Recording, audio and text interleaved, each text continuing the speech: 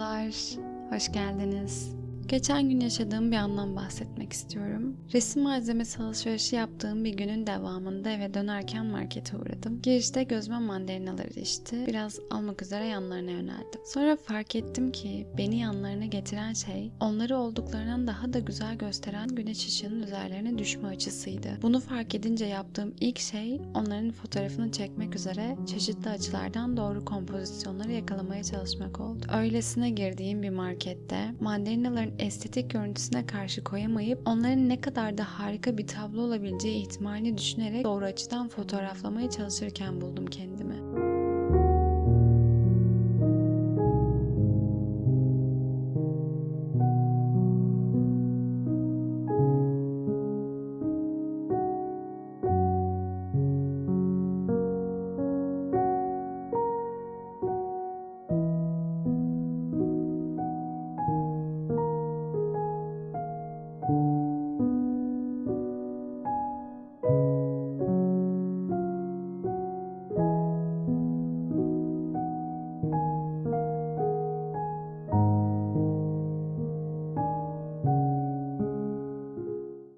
Aslında bunu hayatımın her anında yaşıyorum. Olur olmadık yerlerde, zamanlarda herhangi bir şeklin, sesin, fikrin beni tetiklediği çok oluyor. İlhamın geldiğini, onu yakaladığımı anladığımda ise her neyle ilgileniyorsam bölüyorum ve not almaya başlıyorum. Mümkünse fotoğrafını çekiyorum hatta. Bazen yolda giderken gördüğüm iki insanın iletişimi, bazen gökyüzündeki bulutların oluşturduğu görüntüler, bazen sosyal medyada karşıma çıkan bir resimdeki renk kombinasyonu, ışığın düştüğü bitkilerin gölge hareketleri, İzlediğim bir videoda gördüğüm bir manzara, bir filmdeki geçiş sahnesi.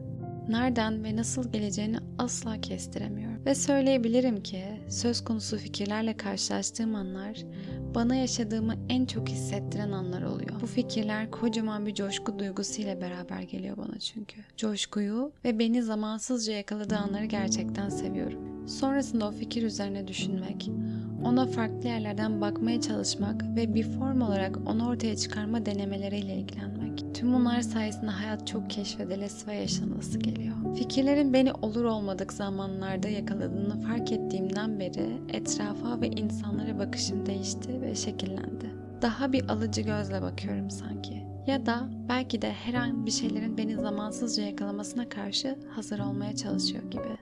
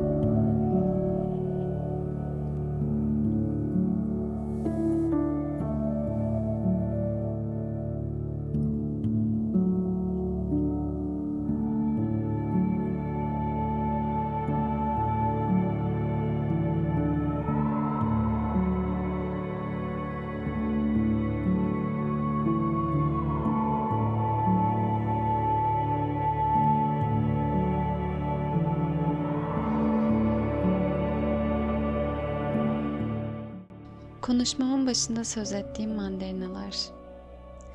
Onları son dönemde dikkatimi çeken ve böyle bir seri oluşturmak istediğim Polaroid formatının ilk parçası olarak boyadım. Bu görüntüyü bu formatta kullanarak da aslında kendime ve üretim sürecime nostaljik bir gönderme yapmayı hedefledim. İzlediğiniz ve dinlediğiniz için teşekkür ederim.